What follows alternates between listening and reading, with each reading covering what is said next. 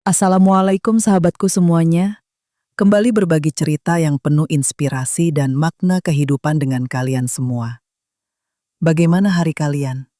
Semoga penuh dengan keberkahan. Cerita hari ini akan mengajarkan kita bahwa kejujuran adalah segalanya dan pengkhianatan hanya akan berujung pada penyesalan. Siapkan hati kalian untuk drama yang tak terduga ini. Simak cerita selengkapnya.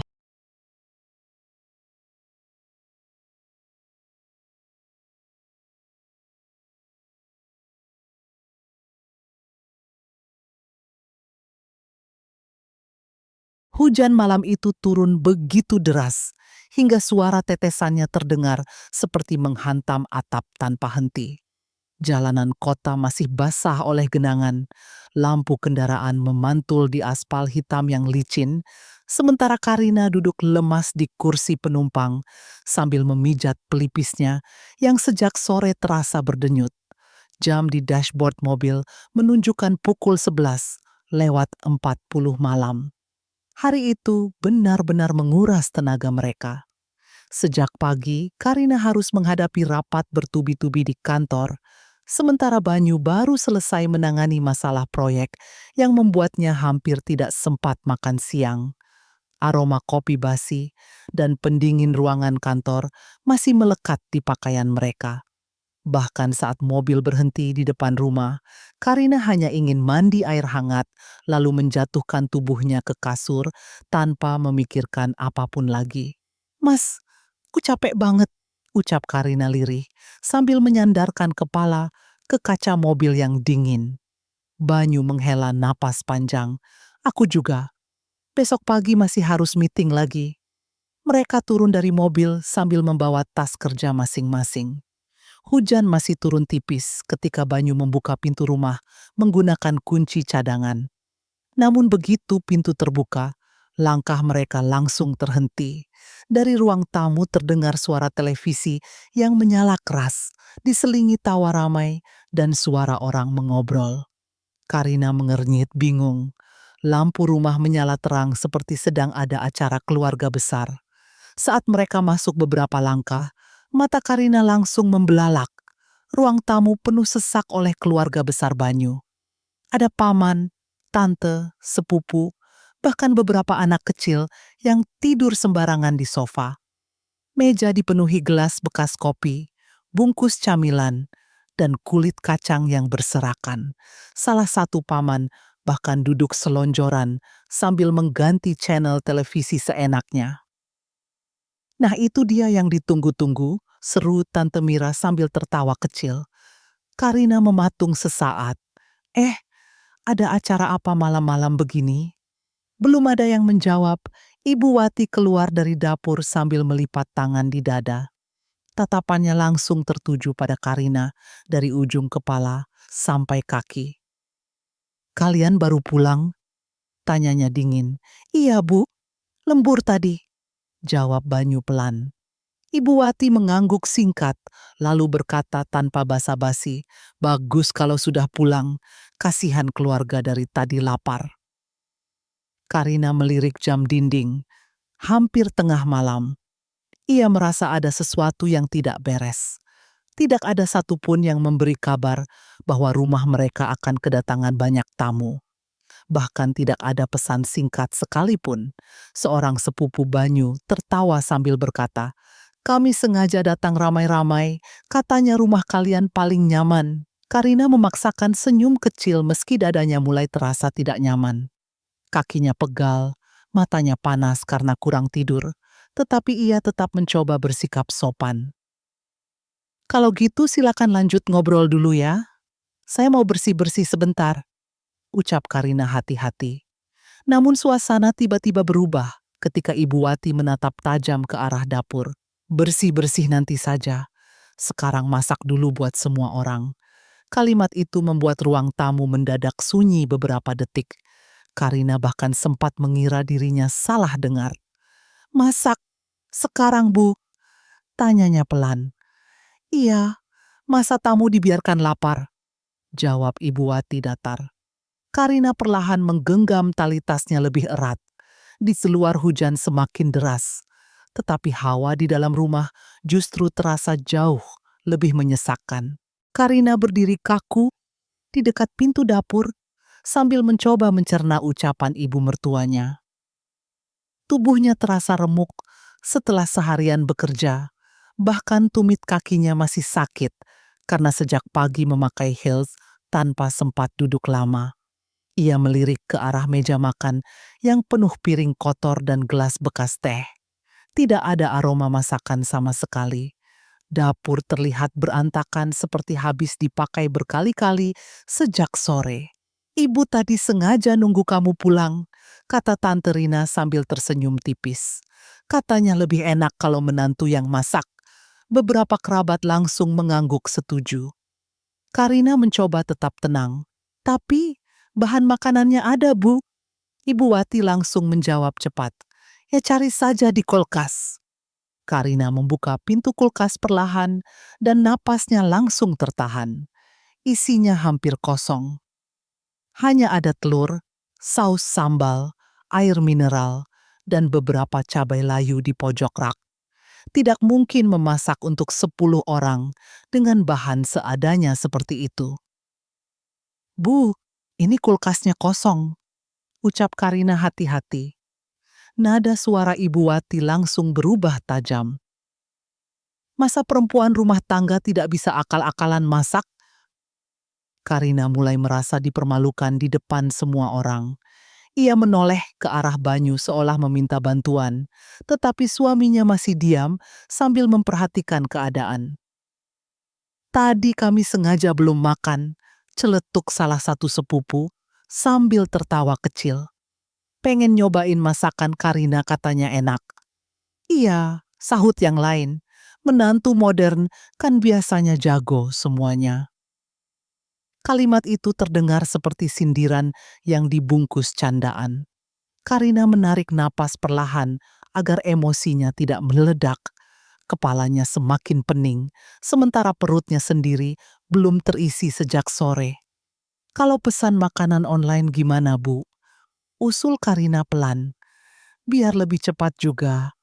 Belum selesai bicara, Ibu Wati langsung memotong. "Masa ada tamu keluarga malah disuruh makan makanan luar? Tapi sudah malam sekali." "Alasan terus," sahut seorang tante dengan nada ketus. Karina menggigit bibirnya pelan. Ia merasa seperti sedang diuji, bukan dihargai sebagai anggota keluarga. Bahkan cara semua orang memandangnya membuatnya semakin tidak nyaman, seolah mereka memang menunggu dirinya gagal. Ibu Wati lalu melangkah mendekat sambil berkata, pelan namun menusuk, perempuan itu harus tahu tugasnya. Mau setinggi apapun jabatan di kantor, tetap saja ujungnya dapur. Ucapan itu membuat suasana mendadak hening. Karina menunduk beberapa detik sambil menahan sesak di dada. Selama bertahun-tahun menikah, ia selalu berusaha menghormati keluarga suaminya. Ia membantu keuangan rumah, tetap sopan di setiap acara keluarga, bahkan sering diam saat disindir. Namun malam itu rasanya berbeda. Ia merasa sengaja dijebak dalam situasi yang tidak mungkin dimenangkan. Dari ruang tamu terdengar suara salah satu paman berteriak, "Lama amat masaknya, perut saya sudah keroncongan." Tawa beberapa orang langsung pecah. Karina memejamkan mata sesaat, sementara hujan di luar terus mengguyur tanpa ampun. Suasana rumah semakin panas ketika beberapa tante mulai ikut menyerang Karina dengan komentar-komentar pedas. Mereka duduk berjajar di sofa sambil memandangnya seperti sedang menghakimi seseorang di ruang sidang. Tidak ada satupun yang terlihat iba melihat wajah Karina yang pucat kelelahan. "Dulu zaman saya jadi menantu," kata Tante Mira sambil menyilangkan tangan. "Jam 2 pagi pun kalau ada keluarga datang, ya tetap masak." "Iya," sambung tante lainnya cepat. "Sekarang perempuan kalau sudah punya jabatan sedikit langsung lupa kodrat." Karina mencoba tetap berdiri tenang meski telinganya terasa panas mendengar kata-kata itu. Ia tahu jika membalas, keadaan hanya akan semakin buruk. "Saya bukan tidak mau masak," ucap Karina pelan. Saya cuma benar-benar capek hari ini. Namun salah satu sepupu langsung tertawa sinis. Capek kerja kantor doang kan? Emang suami kamu nggak capek? Karina terdiam, pertanyaan itu terasa seperti jebakan. Tante Mira kembali menyahut, makanya perempuan jangan terlalu sibuk kerja. Nanti rumah berantakan. Iya, kata yang lain. Percuma gaji besar kalau suami dan keluarga nggak terurus. Kalimat demi kalimat terus menghantam Karina tanpa memberi ruang untuk membela diri. Dadanya mulai sesak. Ia bisa merasakan tatapan meremehkan dari hampir semua orang di ruangan itu. Bahkan beberapa sepupu hanya sibuk merekam video kecil sambil tertawa-tawa pelan. Banyu mengepalkan tangan sejak tadi, tetapi masih mencoba menahan emosi. Ibu Wati kemudian berkata dengan suara sengaja dikeraskan. Makanya saya dulu nggak setuju Banyu menikah sama perempuan kantoran. Pulang malam terus, rumah jadi nomor 2. Karina perlahan mengangkat wajah. Bu, saya tetap urus rumah. Urus apa? Potong seorang paman. Masak aja disuruh masih banyak alasan. Tawa kecil kembali terdengar. Karina merasa tenggorokannya tercekat. Matanya mulai berkaca-kaca, tetapi ia berusaha keras agar air mata itu tidak jatuh di depan mereka. Saya juga kerja buat bantu keuangan rumah, katanya lirih. Namun ucapan itu justru membuat salah satu tante mendecakkan lidah. Perempuan kalau ngomong soal uang, biasanya sudah mulai merasa paling berjasa. Suasana semakin menekan. Bahkan udara di rumah terasa berat dan pengap. Karina tidak menyangka keluarganya sendiri bisa memperlakukannya seperti orang asing. Seorang sepupu laki-laki tiba-tiba berkata sambil tertawa, "Kalau dulu Mas Banyu jadi nikah sama Alia, mungkin rumah ini tiap malam ada catering." Beberapa orang langsung tertawa keras mendengar nama itu. Karina langsung menoleh ke arah Banyu. Nama Alia bukan hal baru baginya, tetapi malam itu cara mereka menyebutnya terasa sengaja untuk melukai. Minimal Alia tahu cara melayani keluarga. Celetuk tante lain. Karina menggigit bibir kuat-kuat. Tangannya mulai gemetar menahan malu dan marah yang merasa harga dirinya diinjak-injak di rumahnya sendiri, di depan suaminya sendiri. Karina akhirnya mencoba bicara sekali lagi, meski suaranya mulai bergetar karena menahan emosi. Ia berdiri di tengah ruang tamu dengan wajah pucat dan mata lelah, sementara seluruh keluarga memandangnya seperti musuh bersama. "Saya benar-benar baru selesai lembur, Bu," katanya pelan namun jelas. "Dari pagi saya belum duduk tenang, bahkan saya sendiri belum makan." Bukannya mendapat pengertian, salah satu paman malah tertawa pendek sambil menepuk paha. Nah kan, mulai drama. Beberapa orang ikut terkekeh. Perempuan zaman sekarang sedikit-sedikit capek, sindirnya lagi. Padahal kerja cuma duduk depan komputer. Karina menarik napas panjang. Ia tahu orang-orang itu tidak benar-benar ingin mendengarnya bicara. Mereka hanya ingin dirinya tunduk. "Saya nggak menolak bantu keluarga," lanjut Karina berusaha tenang. "Tapi setidaknya kasih kabar dulu kalau mau datang sebanyak ini." Kalimat itu langsung membuat wajah Ibu Wati berubah tajam. "Oh, jadi sekarang keluarga sendiri harus izin dulu?" Tanyanya dingin. "Bukan begitu maksud saya." "Terus apa?" bentak tante lain. "Rumah ini juga rumah keluarga Banyu." Karina mulai merasa terpojok dari segala arah. Setiap kalimatnya dipotong, setiap penjelasannya dibelokkan menjadi kesalahan baru. Dadanya semakin sesak hingga ia harus menahan napas beberapa detik. Salah satu paman berdiri sambil menunjuk Karina. Perempuan kalau sudah terlalu mandiri, memang begini. Merasa paling penting. Padahal tugas utama istri ia melayani suami dan keluarga. "Iya," sahut yang lain. "Kerja boleh, tapi jangan lupa dapur." Karina menunduk sesaat. Air matanya hampir jatuh, tetapi ia mati-matian menahannya. Ia tidak ingin terlihat lemah di depan mereka, aku cuma minta pengertian, bisiknya lirih. Namun ucapan pelan itu tetap terdengar oleh Ibu Wati. Pengertian? Ulang ibu itu sinis. Dulu ibu saya bangun jam 4 pagi, masak buat 20 orang, tetap hormat sama mertua. Nggak pernah ngeluh seperti kamu. Suasana semakin memanas. Bahkan beberapa sepupu mulai berbisik-bisik sambil melirik Karina dengan tatapan merendahkan. Pantas aja dulu keluarga nggak setuju. Terdengar suara kecil dari ujung sofa. Kalimat itu membuat Banyu perlahan mengangkat kepala. Karina mulai gemetar. Bukan karena takut, tetapi karena kecewa. Ia tidak menyangka malam itu akan berubah menjadi penghinaan besar terhadap dirinya. Tiba-tiba salah satu paman berkata keras, "Kalau istri saya disuruh masak, ya langsung jalan ke dapur, bukan debat." Kalimat itu membuat beberapa orang langsung bertepuk tangan kecil sambil tertawa puas. Karina merasa seperti dipermalukan di depan panggung besar. Di sudut ruangan, Banyu masih diam. Namun rahangnya mulai mengeras, dan sorot matanya perlahan berubah dingin. Sejak tadi Banyu memilih diam, bukan karena takut, melainkan karena sedang menahan sesuatu yang perlahan mendidih di dalam dadanya.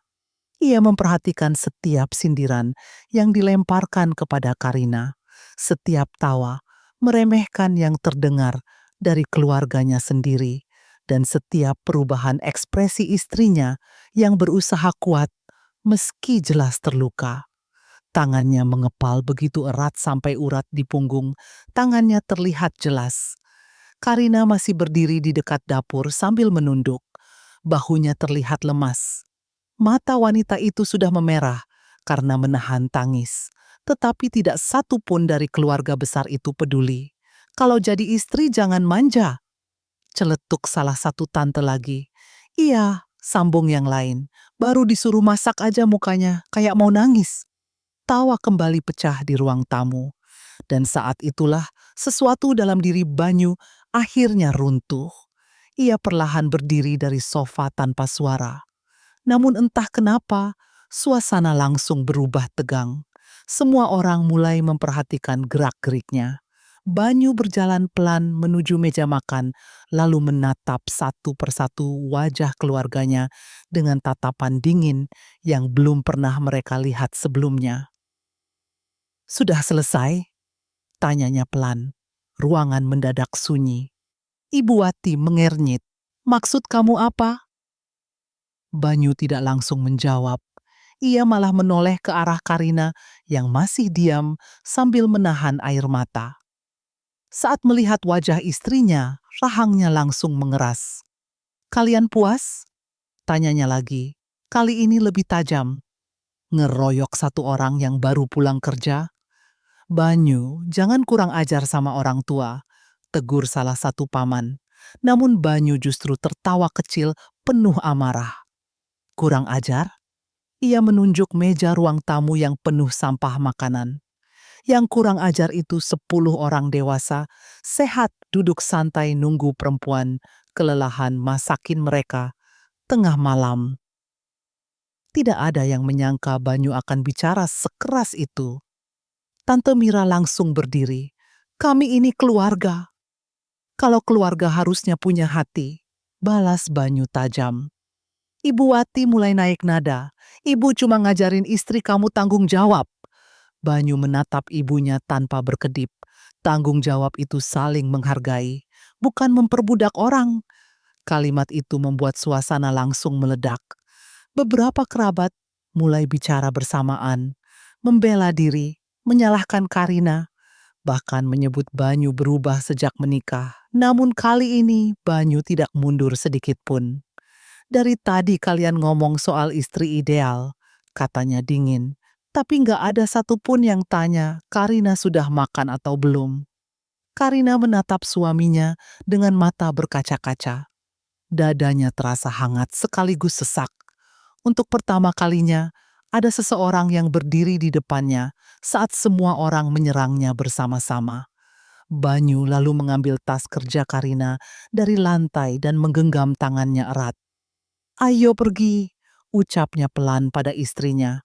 Tapi mereka, bisik Karina ragu, biar mereka urus diri sendiri. Mata Banyu masih menatap tajam ke arah keluarganya.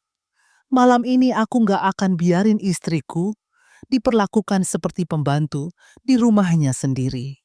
Suasana rumah yang sejak tadi panas mendadak berubah jauh lebih menyesakkan ketika Ibu Wati melangkah ke tengah ruang tamu sambil melipat tangan di dada.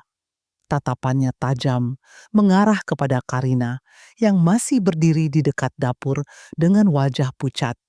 Tidak ada sedikit pun rasa iba di mata wanita paruh baya itu. Justru dari sorot, matanya terlihat jelas bahwa semua kejadian malam itu memang sengaja diatur sejak awal. "Kamu tahu kenapa ibu sengaja kumpulkan keluarga malam ini?" tanya Ibu Wati dengan nada dingin. Karina menggeleng pelan, tenggorokannya terasa kering. "Ini ujian." Seketika ruangan menjadi sunyi. Beberapa kerabat saling bertukar pandang sambil tersenyum tipis, seolah sudah mengetahui semuanya sejak awal. "Ujian?" ulang Karina lirih. "Iya," jawab Ibu Wati tanpa ragu. "Ibu mau lihat apakah kamu benar-benar pantas jadi bagian keluarga ini atau tidak." Kalimat itu menghantam Karina seperti tamparan keras di depan semua orang. Dadanya langsung terasa sesak. Selama bertahun-tahun menikah dengan Banyu, ia selalu mencoba menjadi menantu yang sopan. Ia ikut membantu biaya rumah sakit saat keluarga sakit, datang di setiap acara keluarga, bahkan tetap diam saat sering disindir karena pekerjaannya. Namun malam itu semua pengorbanannya seperti dianggap tidak ada. "Tapi Bu," suara Karina bergetar pelan, "apa selama ini saya belum dianggap keluarga?" Ibu Wati tertawa kecil tanpa senyum. Menjadi istri Banyu belum tentu otomatis diterima keluarga besar. Beberapa tante langsung mengangguk setuju. "Perempuan itu dilihat dari sikapnya," celetuk Tante Mira. "Kalau baru disuruh masak saja sudah banyak alasan. Bagaimana mau dihormati?" Karina mengepalkan jemarinya pelan. Ia berusaha keras menahan air mata yang mulai memenuhi matanya. Perasaan malu, kecewa, dan marah bercampur jadi satu. Yang paling menyakitkan bukan sekadar hinaan mereka, melainkan kenyataan bahwa semua ini memang sengaja direncanakan untuk menjatuhkannya. Banyu mulai melangkah maju, tetapi Ibu Wati langsung memotong sebelum ia bicara. "Banyu, jangan ikut campur dulu," katanya tegas. "Ibu cuma mau lihat seberapa besar tanggung jawab istrimu." "Tanggung jawab?" ulang Banyu dengan nada mulai dingin. "Iya," jawab ibunya cepat. "Dalam keluarga ini, perempuan harus tahu cara melayani." Karina perlahan mengangkat wajah. "Bu, saya juga manusia. Saya capek." Namun salah satu paman langsung menyahut sinis. "Capek, sedikit aja mengeluh. Zaman dulu perempuan lebih kuat." "Betul," tambah tante lain. "Sekarang perempuan modern maunya dimanja." Tawa kecil kembali terdengar.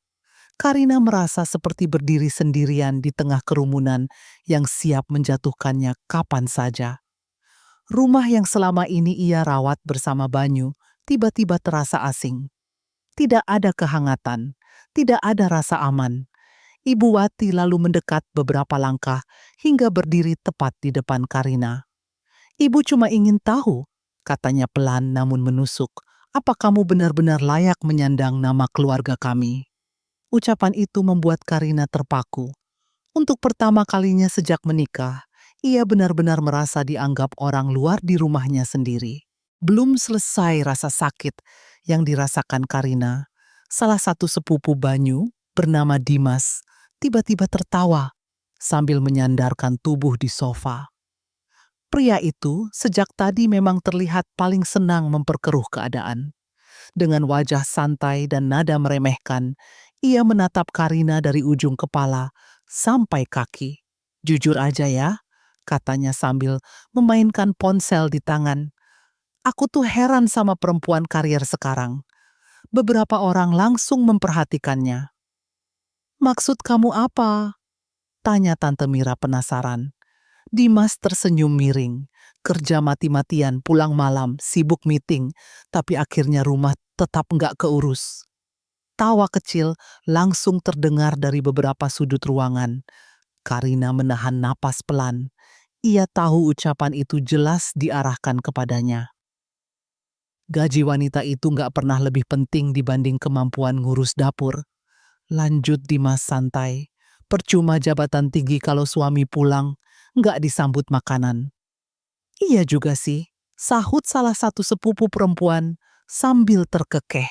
Bener, tambah seorang tante.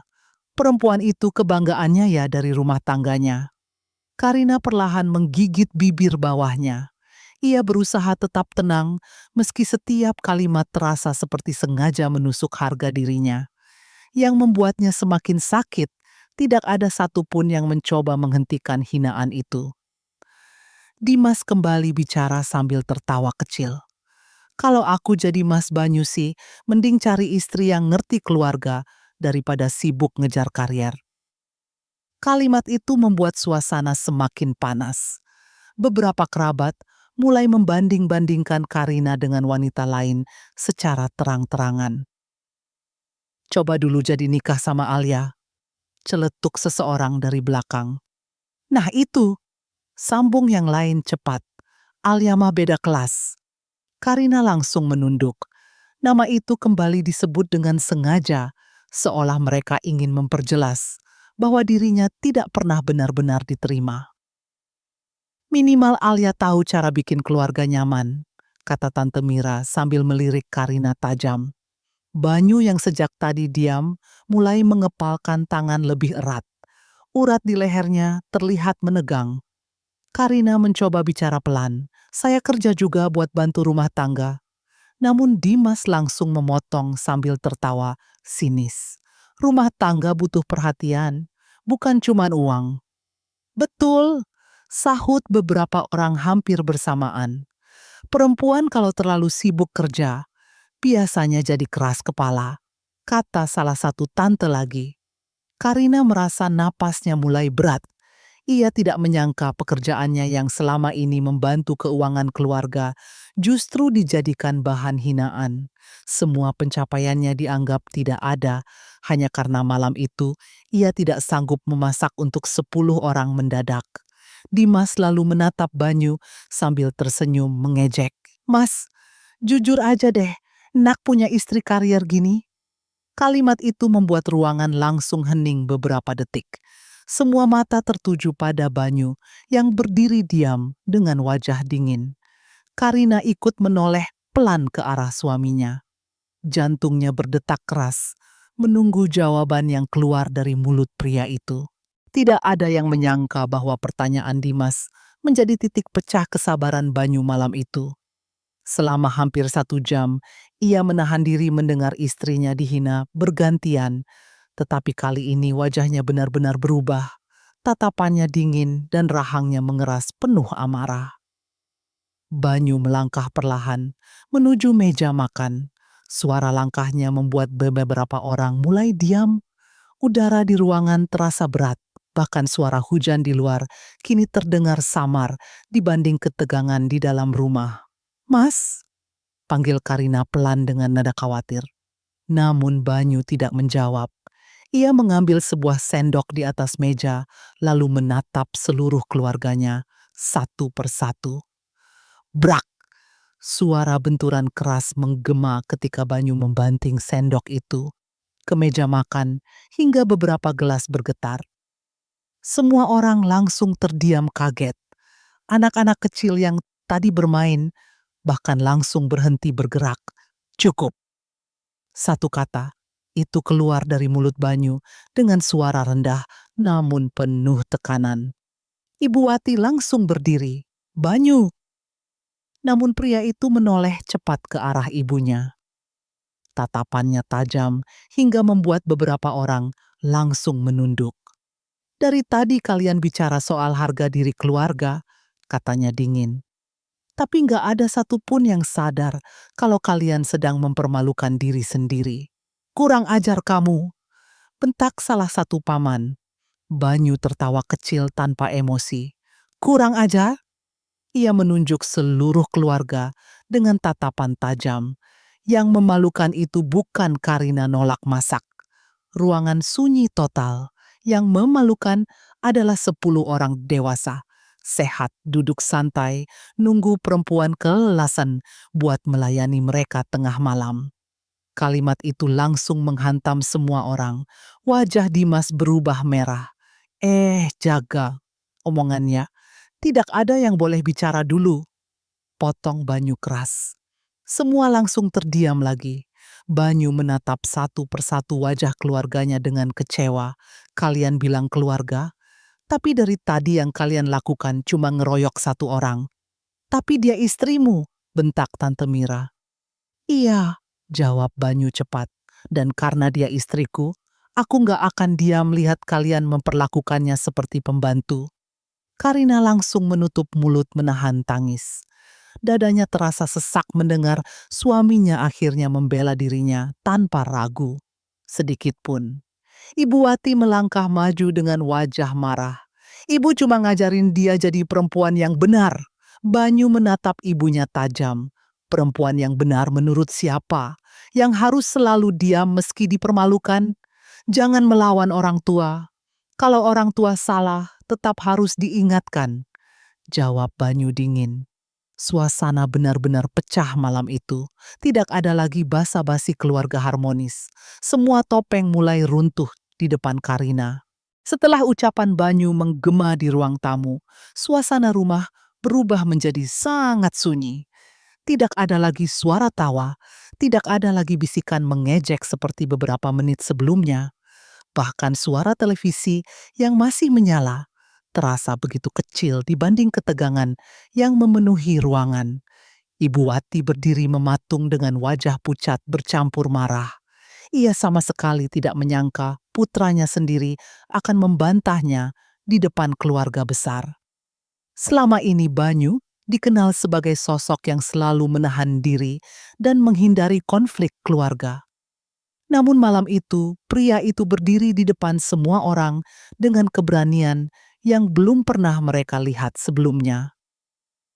Kamu membela istrimu dibanding keluargamu sendiri? Tanya Ibu Wati lirih penuh tekanan. Banyu menatap lurus ke arah ibunya.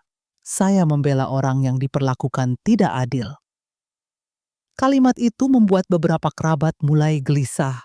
Dimas yang tadi paling banyak bicara, kini hanya duduk diam sambil mengalihkan pandangan.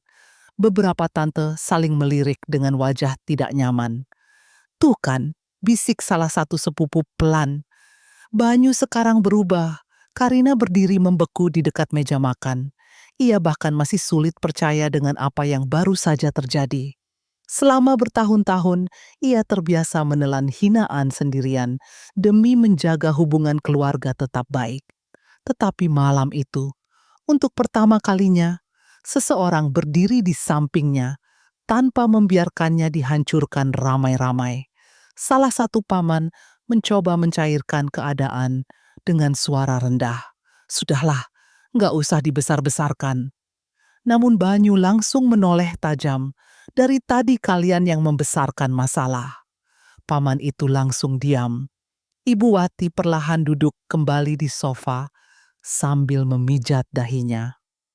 Rasa malu mulai terlihat jelas di wajahnya karena semua rencananya justru berbalik memperlihatkan keburukan keluarga sendiri. Kami cuma ingin Karina belajar menyesuaikan diri, katanya mencoba membela diri. Menyesuaikan diri atau direndahkan? Balas Banyu cepat. Ruangan kembali hening. Karina menatap suaminya dengan mata berkaca-kaca. Tangannya gemetar pelan karena campuran emosi yang begitu besar. Ada luka, marah, kecewa, tetapi juga rasa hangat yang selama ini jarang ia rasakan. Dimas mendecakkan lidah pelan. Lebay banget cuma soal masak. Banyu langsung menatapnya dingin. Ini bukan soal masak. Terus apa? Soal harga diri istri saya. Kalimat itu membuat beberapa orang langsung menunduk malu. Untuk pertama kalinya malam itu, mereka mulai sadar bahwa tindakan mereka memang sudah kelewatan. Namun rasa malu itu bercampur dengan kesal. Beberapa kerabat terlihat tidak terima karena merasa dipermalukan balik oleh Banyu. "Sekarang kamu lebih pilih istri daripada darah daging sendiri?" tanya Tante Mira tajam. Tanpa ragu sedikit pun Banyu menjawab, "Kalau darah daging sendiri tega menyakiti orang yang aku sayang, maka yang salah bukan pilihanku." Karina langsung menahan napas. Air matanya akhirnya jatuh tanpa bisa dicegah lagi. Setelah suasana berubah kacau dan penuh tatapan tajam, Banyu tidak ingin tinggal lebih lama di rumah itu. Ia tahu jika tetap bertahan, pertengkaran hanya akan semakin buruk. Dengan napas berat, ia berjalan mendekati Karina yang masih berdiri diam sambil menghapus air mata di pipinya. "Ayo," ucapnya pelan. Karina menatapnya ragu. "Mas, kita pergi sekarang." Banyu mengambil tas kerja istrinya yang masih tergeletak di dekat pintu dapur, lalu menggenggam tangan Karina erat. Sentuhan itu membuat Karina sedikit tenang meski jantungnya masih berdebar keras. Namun sebelum mereka melangkah pergi, suara Ibu Wati terdengar keras dari belakang. "Banyu, berani sekali kamu pergi saat keluarga masih di sini." Banyu berhenti sebentar tanpa menoleh. Rahangnya kembali mengeras. "Keluarga?" katanya dingin. "Keluarga nggak akan memperlakukan anggota keluarganya seperti tadi." "Tega kamu bikin ibu malu di depan semua orang," bentak Ibu Wati. Banyu akhirnya menoleh perlahan. "Yang bikin malu bukan aku." Ruangan kembali sunyi. Karina bisa melihat beberapa kerabat mulai kesal karena merasa diabaikan. Salah satu paman berdiri sambil menunjuk Banyu. "Kamu kebangetan sejak nikah sama dia." Namun Banyu sama sekali tidak gentar. Kalau membela istri dianggap salah, berarti memang ada yang rusak dari cara kalian berpikir. "Banyu!" teriak Tante Mira marah. Tetapi pria itu tidak peduli lagi. Ia membuka pintu rumah lebar-lebar. Udara dingin malam langsung masuk bersama suara hujan yang masih turun deras. Di luar, Karina sempat menoleh ke belakang. Ia melihat wajah-wajah penuh kemarahan, kecewa, dan malu bercampur jadi satu. Tidak ada lagi suasana hangat keluarga. Yang tersisa hanya ego dan rasa ingin menang sendiri. "Mas, nanti mereka makin marah," bisik Karina pelan. Banyu menatap istrinya lembut untuk pertama kalinya malam itu. "Aku lebih peduli keadaan kamu." Kalimat sederhana itu langsung membuat dada Karina terasa hangat. Di tengah kekacauan besar yang baru saja terjadi, ia akhirnya merasa tidak sendirian lagi. Mereka melangkah keluar rumah bersama. Hujan malam menyentuh wajah mereka, tetapi suasana di luar justru terasa jauh lebih lega dibanding berada di dalam rumah tadi. Dari balik jendela terdengar suara teriakan memanggil nama Banyu. "Banyu, jangan pergi. Kamu keterlaluan. Awas nanti menyesal." Namun pria itu terus berjalan tanpa menoleh sedikit pun.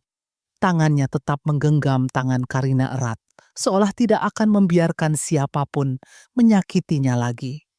Saat mereka masuk ke mobil, Karina akhirnya menangis tanpa suara. Bahunya bergetar pelan karena menahan semua luka yang sejak tadi dipendam. Banyu langsung menatapnya penuh penyesalan. "Maaf." Karina menggeleng cepat sambil terisak. "Bukan salah kamu." Untuk beberapa detik, mereka hanya diam ditemani suara hujan yang menghantam kaca mobil. Tetapi malam itu, di tengah pertengkaran besar dan keluarga yang mulai pecah, Karina akhirnya tahu satu hal pasti.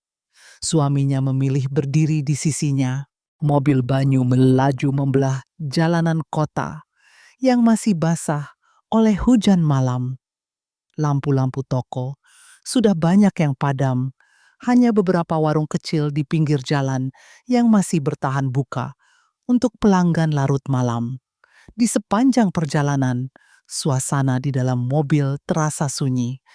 Tidak ada suara musik, tidak ada percakapan ringan seperti biasanya.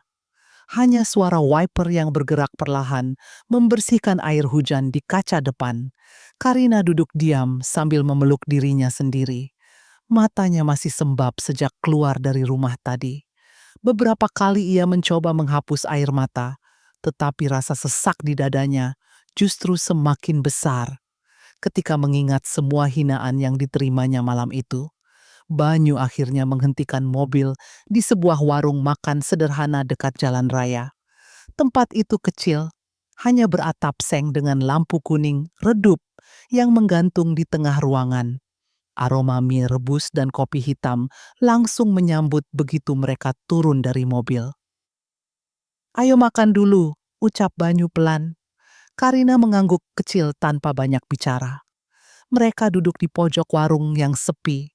Hanya ada satu sopir truk dan dua mahasiswa yang sedang makan sambil bermain ponsel. Pemilik warung segera menghampiri sambil membawa buku menu lusuh. "Mau pesan apa, Mas?" tanyanya ramah. "Dua mie rebus sama teh hangat," jawab Banyu singkat. Setelah pemilik warung pergi, suasana kembali sunyi. Karina menunduk menatap meja kayu yang sudah penuh goresan. Tangannya masih gemetar pelan. Ia mencoba kuat sejak tadi, tetapi begitu suasana menjadi tenang, semua emosi yang ditahan akhirnya runtuh begitu saja. Air matanya jatuh perlahan. Banyu langsung menatapnya khawatir. "Karina!" Namun wanita itu justru menangis semakin keras sambil menutup wajahnya. "Aku capek, Mas." Suaranya bergetar, penuh luka. "Aku benar-benar capek." Banyu terdiam beberapa detik. Dadanya terasa sesak melihat istrinya menangis seperti itu.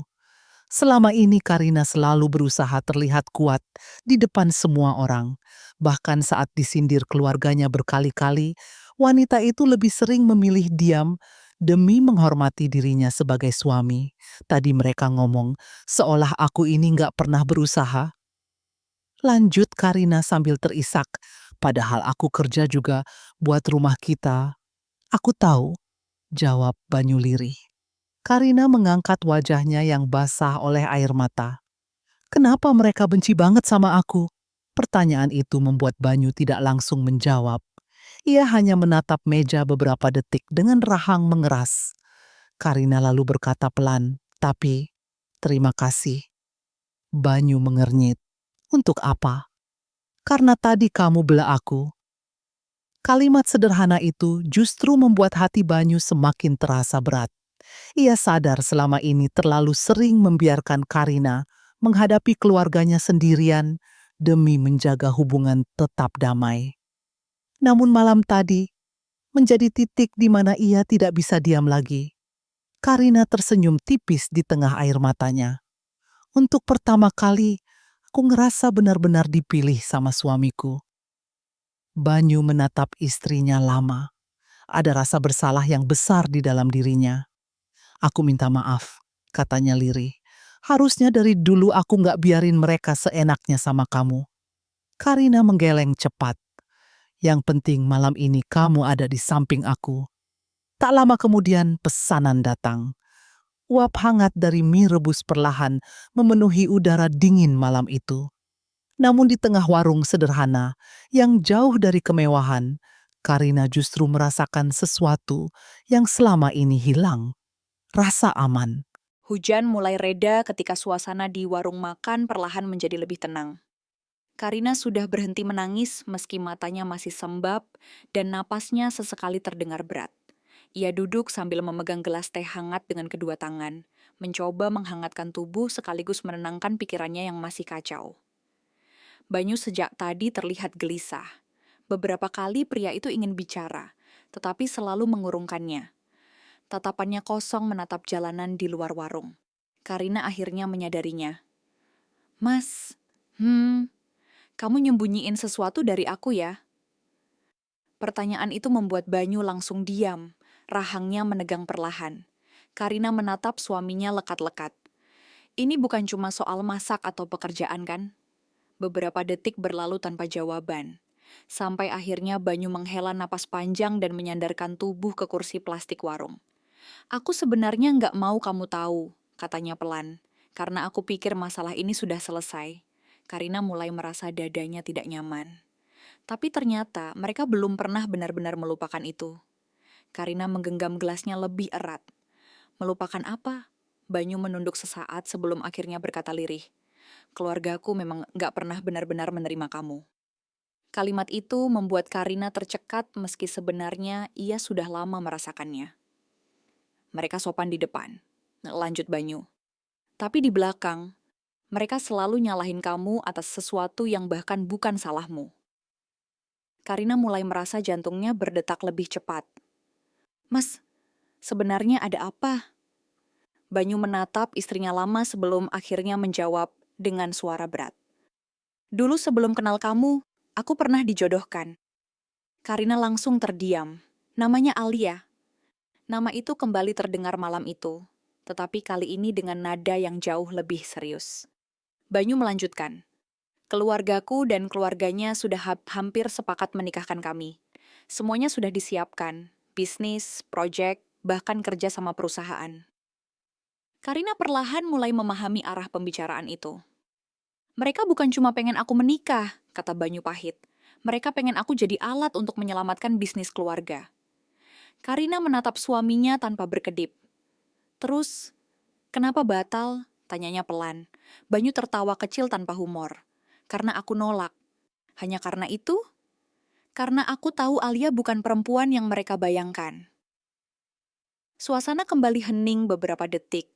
Angin malam masuk dari sisi warung yang terbuka, membawa hawa dingin yang membuat Karina merinding. Aku pikir setelah aku batalin pernikahan itu semuanya selesai, lanjut Banyu. Tapi ternyata keluargaku nggak pernah bisa terima kenyataan kalau kontrak bisnis mereka gagal. Karina mulai memahami semuanya sedikit demi sedikit. Semua sindiran, semua tatapan sinis, semua hinaan selama bertahun-tahun ternyata bukan muncul begitu saja. Ia hanyalah sasaran pelampiasan. Mereka nyalahin aku? Tanya Karina lirih. Banyu menutup mata sesaat sebelum mengangguk pelan. Mereka pikir kalau aku nggak kenal kamu, aku pasti tetap nikah sama Alia. Kalimat itu membuat Karina merasa seperti dihantam sesuatu yang berat di dada. Banyu terdiam beberapa saat sebelum mulai menceritakan masa lalu yang selama ini sengaja ia kubur rapat-rapat. Sorot matanya berubah jauh lebih dingin, seolah semua kenangan itu masih meninggalkan luka yang belum benar-benar sembuh. Dulu aku kenal Alia karena keluarga, katanya pelan. Ayahnya pemilik perusahaan besar di Jakarta. Kaya, punya koneksi di mana-mana, dan dekat sama beberapa relasi bisnis keluarga kami. Karina mendengarkan tanpa memotong sedikit pun. Awalnya cuma pertemuan biasa, lanjut Banyu. Tapi lama-lama keluarga mulai mendorong hubungan itu jadi serius. Dan kamu setuju? Tanya Karina hati-hati. Banyu tertawa kecil pahit. Waktu itu aku pikir itu kewajiban. Ia lalu menjelaskan bagaimana kedua keluarga mulai menyusun rencana besar. Bukan hanya soal pernikahan, tetapi juga merger bisnis, pembagian proyek, investasi properti, dan kontrak miliaran rupiah yang sudah hampir disepakati. Mereka bahkan sudah pesan gedung mewah jauh sebelum aku benar-benar siap nikah, katanya. Karina mulai membayangkan betapa besarnya tekanan yang diterima Banyu saat itu. Semua orang bahagia, lanjutnya. Karena mereka pikir pernikahan itu bakal bikin keluarga kami naik kelas. Terus Alia gimana? Banyu terdiam sesaat. Dia cantik, pintar, dan tahu cara bikin semua orang suka sama dia. Tapi aku mulai lihat sisi aslinya. Suasana warung kembali sunyi, bahkan suara sendok dari meja sebelah terasa jauh. Banyu menatap kosong keluar jalan.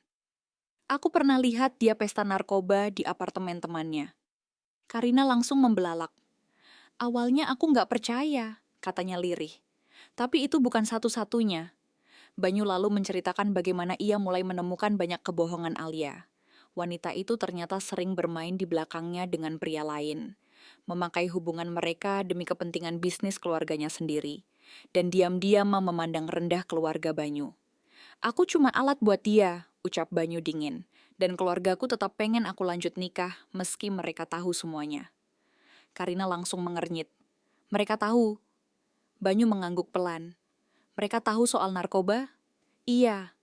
Dan mereka tetap maksa. Karena bagi mereka uang lebih penting. Kalimat itu membuat Karina tercekat. Banyu mengepalkan tangannya di atas meja. Aku sempat lawan mereka, tapi nggak ada yang peduli. Mereka bilang semua perempuan kaya punya gaya hidup begitu. Karina mulai memahami mengapa hubungan Banyu dengan keluarganya terasa renggang sejak dulu. Jadi kamu batalin semuanya? Iya. Sendiri? Iya. Banyu lalu menjelaskan bagaimana beberapa minggu sebelum akad, ia mendatangi kedua keluarga dan langsung membatalkan pernikahan secara sepihak. Keputusan itu membuat semua orang marah besar. Ayah Alia ngamuk di depan banyak orang, katanya. Keluargaku juga malu karena semua undangan hampir disebar. Karina bisa membayangkan kekacauan besar saat itu. Tapi aku nggak peduli, lanjut Banyu tegas. Aku lebih milih dihina daripada hidup sama orang yang cuma lihat aku sebagai transaksi. Setelah pembatalan pernikahan itu, keadaan keluarga Banyu berubah kacau. Semua rencana bisnis yang sebelumnya digadang-gadang akan membawa keuntungan besar, langsung runtuh dalam hitungan hari. Kontrak kerja sama dibatalkan. Investor mulai menarik diri. Bahkan beberapa relasi bisnis keluarga memilih menjaga jarak karena merasa dipermalukan. Keluargaku kehilangan banyak uang waktu itu, kata Banyu pelan. Karina menatapnya diam, dan sejak saat itu mereka butuh seseorang buat disalahkan. Karina perlahan menunduk. Ia sudah bisa menebak kemana arah cerita itu berjalan. Mereka nyalahin aku karena hadir setelah itu semua terjadi, bisiknya lirih. Banyu mengangguk pelan dengan wajah penuh penyesalan. Awalnya cuma omongan kecil, katanya. Tapi lama-lama mereka benar-benar percaya kalau kamu penyebab semuanya. Karina merasa dadanya sesak. Mereka pikir aku berubah karena kamu, lanjut Banyu. Padahal keputusan batal nikah itu bahkan terjadi sebelum aku kenal kamu. Karina memejamkan mata beberapa detik. Semua perlakuan dingin dari keluarga besar selama bertahun-tahun tiba-tiba terasa masuk akal sekarang. Pantas, gumamnya pelan. Apa? Pantas mereka selalu bandingin aku sama Alia. Banyu terdiam. Karina tertawa kecil pahit. Aku pikir mereka cuma nggak suka sama pekerjaanku. Mereka memang cari alasan buat benci, jawab Banyu lirih. Ia lalu menceritakan bagaimana setiap kegagalan bisnis keluarga selalu dikaitkan dengan dirinya. Ketika proyek batal, ketika usaha merugi, bahkan saat hubungan keluarga mulai renggang, nama Karina diam-diam selalu dibicarakan sebagai pembawa sial. Mereka bilang sejak aku nikah sama kamu, semuanya hancur, kata Banyu pelan. Karina langsung menggeleng cepat. Padahal aku nggak pernah ikut campur urusan mereka. Aku tahu. Kenapa kamu nggak pernah cerita? Banyu menarik napas panjang. Karena aku pengen kamu hidup tenang. Karina menatap suaminya dengan mata berkaca-kaca. Tapi aku jadi bertahun-tahun nyalahin diri sendiri. Kalimat itu membuat Banyu langsung terdiam penuh rasa bersalah. Aku pikir kalau aku cukup sabar, mereka lama-lama bakal nerima aku, lanjut Karina lirih. Ternyata dari awal mereka memang nggak pernah mau. Suasana kembali sunyi. Hanya suara hujan sisa yang menetes dari atap warung terdengar pelan. Banyu lalu menggenggam tangan istrinya erat. Dengerin aku, Karina mengangkat wajah. Kamu bukan penyebab kehancuran siapapun, tapi mereka... Aku yang batalin pernikahan itu, potong Banyu tegas. Aku yang nolak jadi boneka bisnis mereka, bukan kamu. Air mata Karina kembali jatuh perlahan. Untuk pertama kalinya, ia akhirnya tahu alasan sebenarnya di balik semua kebencian keluarga besar terhadap dirinya. Beberapa hari setelah pertengkaran besar malam itu, suasana keluarga justru semakin memanas. Grup keluarga penuh sindiran. Telepon dari para kerabat datang silih berganti. Bahkan beberapa sepupu mulai menyebarkan cerita, seolah Karina telah menghasut Banyu melawan orang tua sendiri. Puncaknya terjadi ketika Ibu Wati meminta semua keluarga berkumpul di rumah utama untuk menyelesaikan masalah. Rumah besar itu malam itu dipenuhi suasana tegang. Semua orang duduk di ruang tengah dengan wajah serius. Tidak ada senyum ramah seperti biasanya. Begitu Karina dan Banyu masuk, beberapa tatapan langsung tertuju tajam kepada mereka. Nah, akhirnya datang juga, sindir Tante Mira. Karina bisa merasakan hawa permusuhan begitu kuat di ruangan itu. Namun kali ini berbeda. Banyu berjalan di sampingnya tanpa melepas genggaman tangannya sedikit pun. Ibu Wati membuka pembicaraan dengan nada dingin. Kami kumpulkan semua orang supaya jelas. Keluarga ini sudah kacau sejak Karina masuk. Karina langsung menunduk menahan sesak. Saya capek lihat Banyu berubah, lanjut ibunya. Sekarang dia berani melawan keluarga sendiri. Beberapa kerabat langsung mengangguk setuju. Istrimu terlalu mengendalikan kamu, celetuk seorang paman. Iya, tambah Dimas cepat. Dulu Mas Banyu nggak pernah sekasar itu.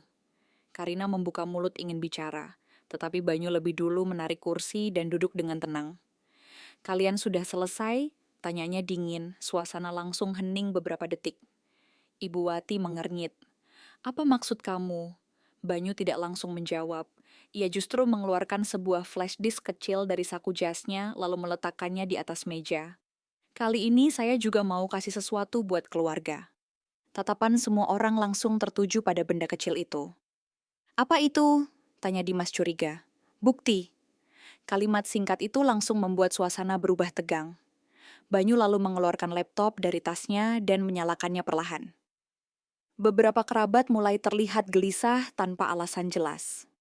Karina sendiri ikut bingung. Ia belum pernah melihat flash disk itu sebelumnya. Aku sudah capek dengar kalian terus nyalahin Karina, kata Banyu dingin, sambil memasang flash disk ke laptop. Jadi malam ini kita buka semuanya sekalian. Ibu Wati mulai terlihat tidak nyaman. Banyu, jangan macam-macam. Namun pria itu sama sekali tidak berhenti. Di layar laptop muncul folder berisi rekaman suara dan video lama. Aku simpan ini bertahun-tahun, katanya pelan. Awalnya buat pengingat kenapa aku batal nikah sama Alia. Karina langsung menoleh cepat. Tapi sekarang, mungkin semua orang di sini perlu dengar sendiri isi pembicaraan keluarga kita dulu. Suasana ruang keluarga malam itu terasa begitu tegang, hingga suara detak jam dinding terdengar jelas. Semua mata tertuju pada layar laptop di depan Banyu. Tidak ada lagi yang berbicara sejak pria itu mengatakan bahwa flash disk tersebut berisi bukti masa lalu yang selama ini disembunyikan keluarga mereka sendiri. Karina duduk di samping suaminya dengan jantung berdebar keras. Ia bisa melihat beberapa kerabat mulai gelisah. Tante Mira berkali-kali mengubah posisi duduknya. Sementara Dimas menatap layar laptop dengan wajah tegang. Banyu, kata Ibu Wati pelan namun penuh tekanan.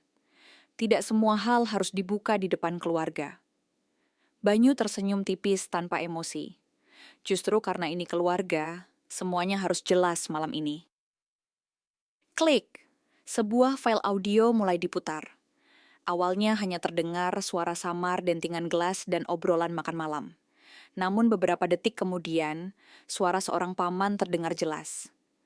Pokoknya Banyu harus nikah sama Alia. Alia, kalau sampai gagal, habis semua proyek kita. Ruangan langsung membeku. Karina perlahan menoleh ke arah keluarga besar itu. Wajah beberapa orang mulai berubah pucat. Lalu suara lain terdengar. Kali ini suara Ibu Wati sendiri. Alia memang agak liar, tapi itu biasa buat anak orang kaya. Karina langsung menatap ibu mertuanya dengan tidak percaya. Rekaman terus berjalan. Tapi Bu, terdengar suara Banyu muda dalam rekaman itu, Alia pakai narkoba. Diam! Bentak suara seorang paman. Jangan bodoh cuma gara-gara masalah kecil. Masalah kecil? Suara Banyu dalam rekaman mulai emosi. Dia tidur sama laki-laki lain. Lalu suara tawa kecil terdengar dari beberapa orang di rekaman. Setelah nikah juga dia pasti berubah. Yang penting kerjasama bisnisnya jalan. Perempuan seperti Alia gampang diatur kalau sudah jadi istri. Karina merasa tengkuknya dingin mendengar semuanya. Selama ini ia hanya menduga keluarga Banyu materialistis, tetapi ia tidak pernah membayangkan mereka rela mengorbankan kehidupan anak sendiri demi uang. Rekaman berikutnya diputar. Kali ini terdengar suara ayah Alia sedang berbicara. Kalau pernikahan batal, semua kontrak otomatis saya tarik. Dan yang paling membuat Karina tercekat adalah jawaban salah satu paman Banyu. Tenang saja, Pak. Kami akan paksa Banyu tetap lanjut. Ruangan mulai dipenuhi napas berat dan tatapan panik. "Sudah cukup," bentak Tante Mira sambil berdiri. Namun Banyu tidak menghentikan rekaman. Suara-suara lama itu terus memenuhi ruangan seperti bom yang meledak satu persatu. Banyu terlalu lembek. Kalau perlu, putuskan saja hubungan dia dengan perempuan lain. Yang penting bisnis keluarga selamat. Karina perlahan menutup mulutnya dengan tangan. Dadanya terasa sesak luar biasa. Untuk pertama kalinya ia benar-benar mengerti betapa besar tekanan yang diterima suaminya dulu. Banyu menatap keluarganya satu persatu dengan mata dingin. "Masih mau bilang Karina penyebab semuanya?" Tanyanya lirih namun tajam. Tidak ada yang menjawab. Karina menoleh ke arah suaminya. Di balik ketenangan wajah Banyu, ia bisa melihat luka lama yang selama ini dipendam sendirian. "Aku nggak pernah menjauh dari keluarga tanpa alasan," ucap Banyu pelan. "Aku pergi karena kalian sendiri yang menghancurkan arti keluarga itu." Begitu rekaman terakhir berhenti, suasana ruangan langsung berubah kacau. Tidak ada lagi ketenangan seperti sebelumnya. Semua orang bicara bersamaan, saling membela diri, saling menyalahkan, dan berusaha menutupi kepanikan yang mulai terlihat jelas di wajah mereka. "Itu rekaman lama," bentak salah satu paman sambil berdiri. "Nggak pantas diputar sekarang." "Lama atau baru isinya tetap sama," balas Banyu dingin. Dimas langsung melangkah cepat menuju meja. "Matikan laptop itu." Namun sebelum tangannya menyentuh laptop, Banyu langsung berdiri dan menepis tangannya keras. "Jangan sentuh." Nada suaranya begitu dingin hingga membuat Dimas mundur satu langkah. Tante Mira mulai panik. Kalau rekaman itu sampai keluar, nama keluarga kita hancur. Karina menatap semua orang dengan perasaan campur aduk. Selama bertahun-tahun, ia selalu mengira dirinya memang tidak cukup baik di mata keluarga Banyu. Ia terus berusaha memperbaiki diri, terus mengalah, terus diam setiap kali disindir. Tetapi malam itu semuanya terbuka jelas. Masalahnya bukan dirinya. Mereka memang sejak awal membutuhkan kambing hitam. Ibu Wati duduk dengan wajah pucat sambil memegang dadanya. Tatapan wanita itu tidak lagi setajam sebelumnya. Ada ketakutan yang jelas terlihat. "Kamu tega mempermalukan ibu sendiri?" Tanyanya lirih kepada Banyu. Banyu tertawa kecil pahit. "Mempermalukan?" Ia menunjuk laptop di meja. "Yang mempermalukan keluarga itu bukan aku, tapi keputusan kalian waktu itu. Semua orang juga melakukan hal yang sama dalam bisnis," bentak salah satu paman. "Tapi nggak semua orang rela jual hidup anaknya sendiri," balas Banyu tajam. Ruangan kembali ricuh, beberapa sepupu mulai mencoba membela keadaan. "Kami cuma pengen keluarga sukses." "Iya, semua itu demi masa depan." Namun Banyu justru semakin marah. "Masa depan siapa?" bentaknya. "Kalian bahkan tahu Alia pakai narkoba dan selingkuh, tapi tetap maksa aku nikah." Karina langsung menunduk pelan. Dadanya terasa nyeri membayangkan tekanan sebesar itu dipikul Banyu sendirian selama bertahun-tahun. Ibu Wati mulai menangis pelan. "Ibu cuma mau hidup keluarga kita lebih baik." "Dengan cara menghancurkan hidup aku?" Suara Banyu mulai bergetar menahan emosi. Tidak ada yang bisa menjawab. Karina perlahan menggenggam tangan suaminya dari bawah meja. Untuk pertama kalinya, ia memahami alasan kenapa Banyu selalu menjaga jarak dari keluarganya sendiri. Bukan karena sombong, bukan karena lupa keluarga, tetapi karena luka yang terlalu dalam. "Aku dulu pikir kalau aku nurut," kata Banyu lirih sambil menatap semua orang, "aku bakal hidup bahagia seperti yang kalian janjikan." Tatapannya berubah dingin, tapi ternyata di mata kalian, aku cuma alat. Kalimat itu membuat ruangan kembali sunyi. Karina bisa melihat beberapa kerabat mulai menunduk malu. Namun sebagian lain masih terlihat kesal, karena rahasia lama mereka dibongkar terang-terangan. Dan malam itu, hubungan keluarga mereka benar-benar mulai retak tanpa bisa diperbaiki lagi. Beberapa hari setelah keributan besar di rumah utama, suasana rumah Karina dan Banyu berubah jauh lebih sunyi. Tidak ada lagi telepon dari keluarga, tidak ada lagi undangan makan bersama. Namun justru ketenangan itu terasa aneh dan membuat Karina tidak nyaman. Suatu sore, saat Banyu masih bekerja di kantor, Karina membereskan ruang kerja kecil di rumah mereka. Meja penuh dokumen proyek dan map-map lama yang belum sempat dirapikan sejak berminggu-minggu. Ia membuka satu persatu berkas sambil menghela napas pelan. Namun tiba-tiba, tangannya berhenti pada sebuah map coklat tebal yang belum pernah ia lihat sebelumnya.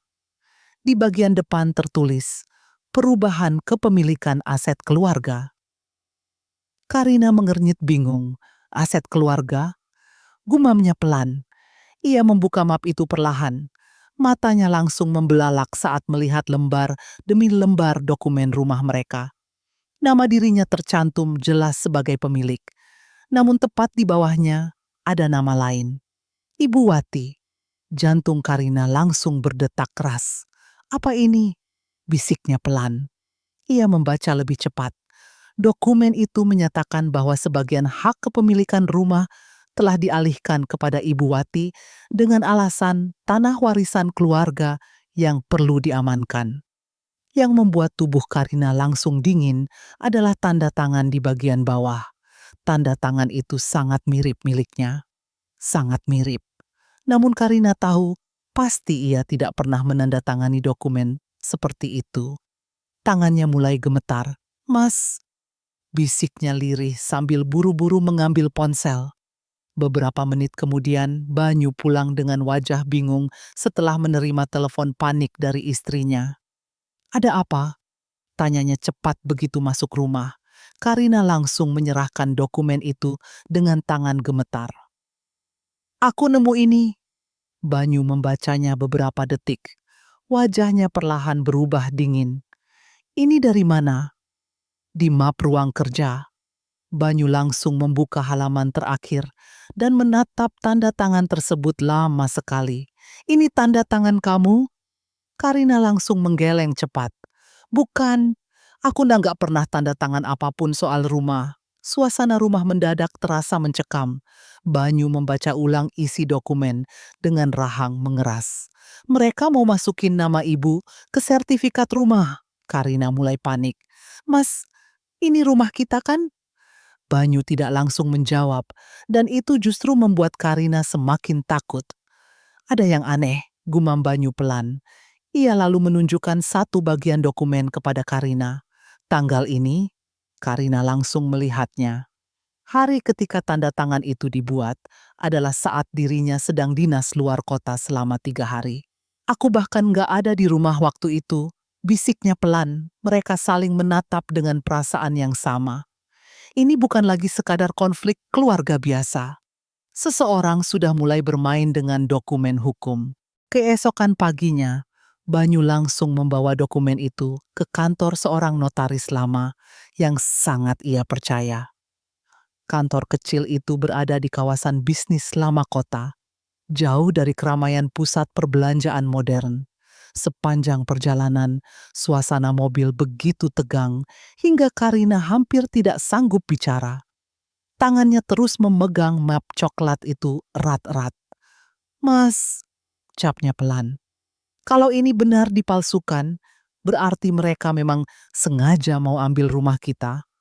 Banyu menatap jalan lurus ke depan. Aku harap aku salah, namun nada suaranya sendiri terdengar tidak yakin. Mereka akhirnya masuk ke kantor notaris bernama Pak Arman, seorang pria tua berkacamata yang sudah mengenal Banyu sejak lama. Tumben datang pagi-pagi begini, katanya sambil mempersilakan mereka duduk. Banyu langsung menyerahkan dokumen itu tanpa banyak basa-basi. Saya butuh bantuan, Pak. Pak Arman mulai membaca dokumen tersebut perlahan. Awalnya wajahnya biasa saja. Namun semakin lama, ekspresinya berubah serius. Ini dokumen penting, katanya pelan. Karina menelan ludah gugup. Pak Arman lalu membandingkan tanda tangan di dokumen itu dengan beberapa dokumen asli yang dibawa Karina. Ruangan menjadi sangat sunyi. Hanya suara lembaran kertas yang dibalik terdengar pelan.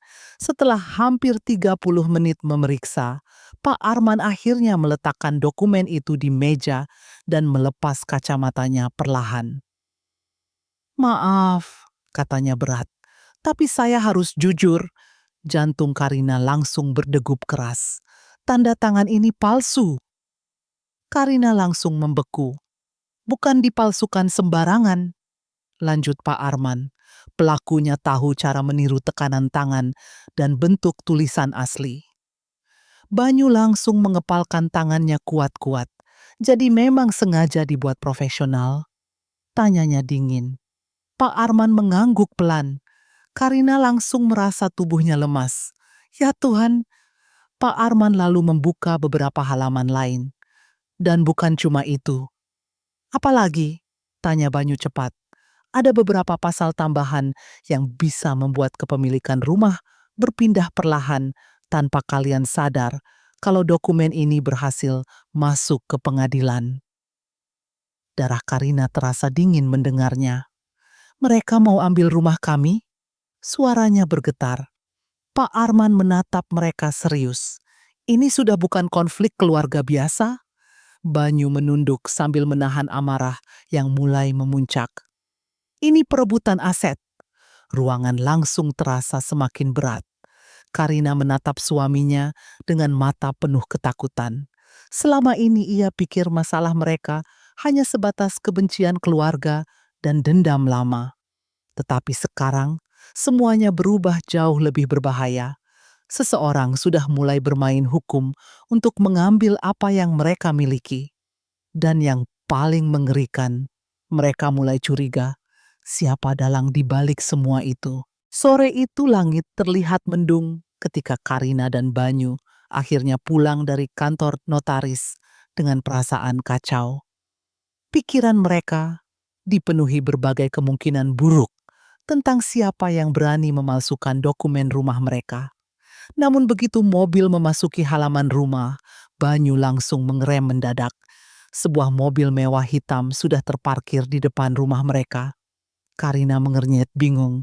Siapa itu? Belum sempat Banyu menjawab. Pintu mobil hitam itu terbuka perlahan. Seorang wanita turun dengan langkah tenang, mengenakan blazer putih mahal dan kacamata hitam elegan.